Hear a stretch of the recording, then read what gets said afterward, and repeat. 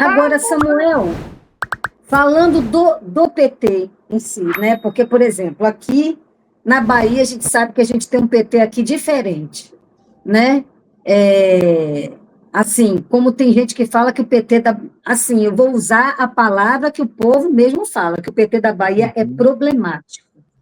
Lógico que eu aqui, eu voto no PT, eu votei no Jerônimo, eu já votei no Jacques Wagner para governador, no Rui Costa para governador, apesar de que, assim, sendo bem sincera, não sou muito simpatizante deles, mas voto porque aqui é o seguinte, ou é o PT problemático, ou é o carlismo, entende?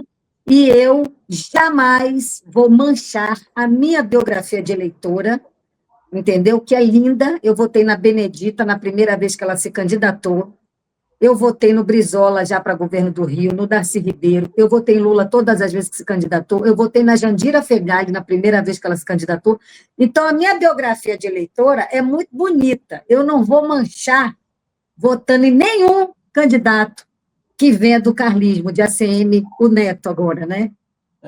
Então, assim, a gente aqui, a gente fala isso do PT, então aqui, olha a loucura.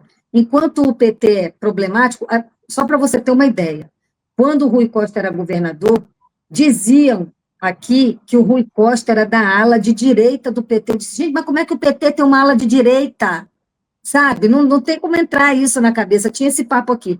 E o PSD, que é do senador Otto Alencar, que eu votei nele nas eleições passadas, o PSD aqui é declaradamente lulista desde sempre, e o Otto Alencar, idem. O Otto Alencar, eu tive com ele, tem mais ou menos um mês, no gabinete, por ocasião da filiação de uma amiga, e fui lá, tive com ele, tive a oportunidade de conversar com ele bastante até, e ele falou, ele não me interessa Caiado, todo mundo no partido sabe que eu aqui sou Lula, e o PSD da Bahia, todo mundo é Lula, é declarado e não tem para onde correr. E sempre foi, porque o Caiado é o candidato deles, do PSD, entendeu? E sempre foi. Então, a Bahia ela tem essa coisa diferenciada do PT ter essa, vou botar entre aspas, esquisitice, e do PSD ser essa coisa mais à esquerda, entendeu? Então, assim, como é que você vê esse movimento de alguns partidos, e do PT, inclusive? Me permite uma digressão aqui. Eu faço política aqui no Rio de Janeiro, eu sou da capital, né, nascido, crescido, enfim, minha vida toda aqui, mas eu faço muito mais política no interior do estado do Rio de Janeiro.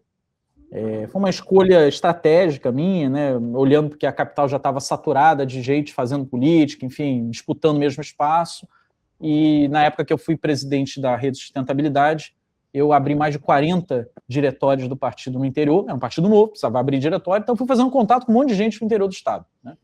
E aí acabei, enfim, passando a partir daí fazer política no interior. Cidade pequenininha, cidade de 3 mil habitantes, 5 mil habitantes, enfim. E aí eu peguei esse hábito de lidar com o eleitor do interior e comparar um pouco com o eleitor igual a mim, que está aqui na capital, né?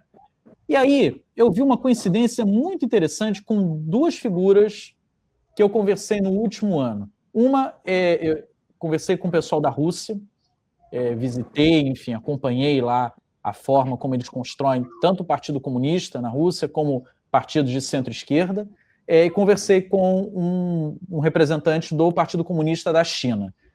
Uma coisa que eu achei interessantíssima, do primeiro deles, do russo, ele falou assim, cara, eu acho doido a forma como vocês aqui no Brasil definem esquerda e direita.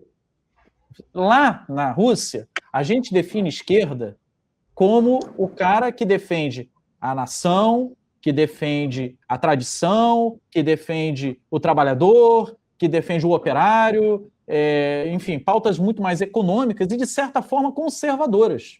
Ele falou, as pautas da esquerda na Rússia são conservadoras, do ponto de vista dos direitos, né? Foi até difícil essa conversa, além do limite da língua, né? Eu conversando inglês e ele inglês também, porque assim, o vocabulário dele era difícil de traduzir, porque ele falou, cara, esquerda não é isso que você está dizendo aqui. Para mim, isso lá é direita, porque é liberalismo. Isso que você está defendendo, e ele estava tentando defender o Putin, claro, né? Dizendo, olha, esses direitos, essa coisa que você diz aqui que é esquerda no Brasil, para a gente lá, isso é enxergado como uma influência liberal, uma influência, portanto, de direita. Ok, ponto 1. Ponto 2, o chinês falou de forma diferente, lá a eleição é completamente distinta, né? É partido único.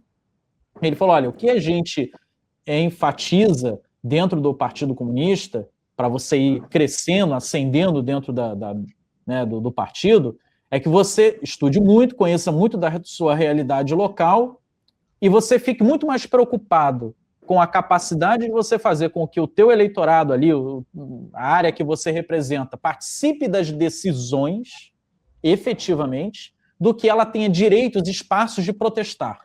Então, é muito mais sobre gestão, a democracia para eles. É muito mais sobre a gestão do que sobre o direito de reclamar, de gritar muito no Twitter.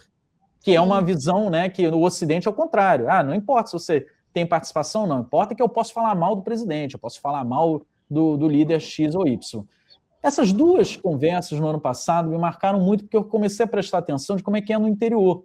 Quando eu vou no interior e vou falar de uma pauta puramente materialista, eu abordo, por exemplo, escala 6x1, entendeu? Eu vou lá falar com ele sobre isso, ou sobre a isenção do imposto de renda.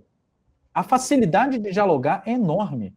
Antes de você se apresentar como sendo de esquerda, você fala dos temas. O cara concorda com tudo.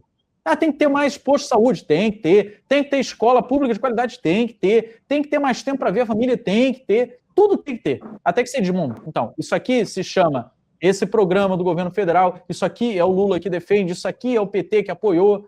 Aí o cara fica meio desconcertado. Aí eu falei, mas vocês são tudo gaysista, né? Vocês são tudo isso, tudo aquilo. Aí começa aquelas rotulações, né, que vocês sabem muito bem, puxando para um outro tipo de temática. Eu estou te dizendo isso pelo seguinte, eu não conheço a Bahia, né, fui apenas uma vez aí, mas eu vejo que no Nordeste existe uma divisão muito clara, que me lembra um pouco essa divisão que eu vejo no interior do Rio de Janeiro. As pessoas, por conta da vida sofrida, por conta da dificuldade, por conta de ser a região do país que você tem os maiores déficits, né, em desenvolvimento humano, você tem menos investimentos, você tem muito menos infraestrutura legada ao longo dos últimos séculos, ou seja, foi uma região que sempre foi abandonada, esquecida.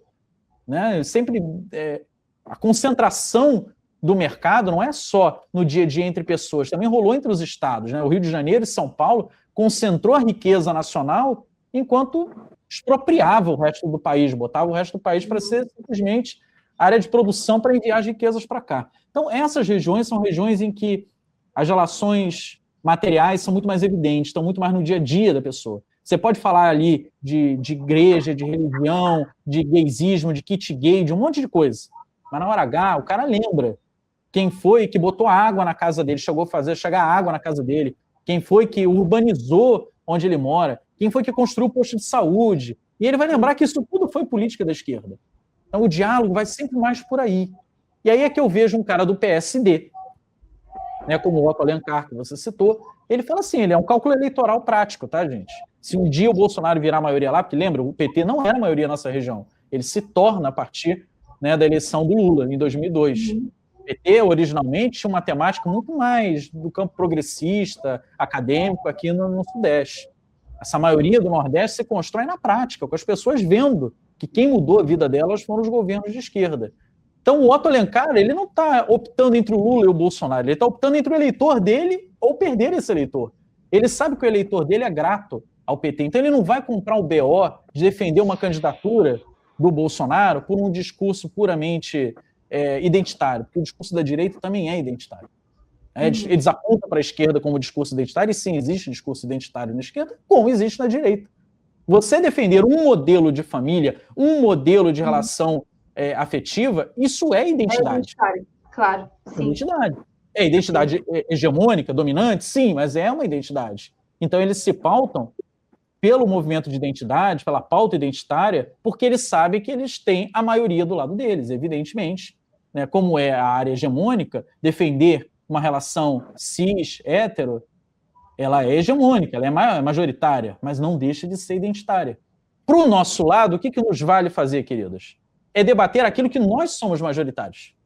É botar na frente como primeira pauta aquilo que nós temos maioria na população, até mesmo para avançar os temas em que nós não somos majoritários. De outra forma, eles vão usar a temática que eles são majoritários, irão ganhar as eleições e irão oprimir cada vez mais as nossas minorias.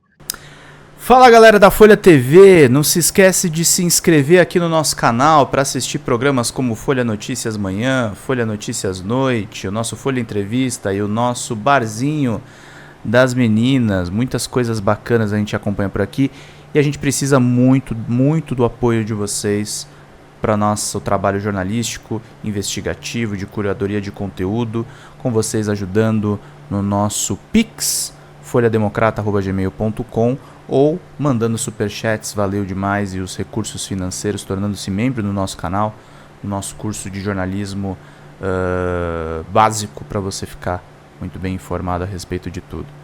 Queridos e queridas, muito obrigado pela presença de todos vocês, vida longa e próspera. Cuidem-se, cuidem dos seus, e não esquece de se inscrever aqui na Folha TV. Até mais!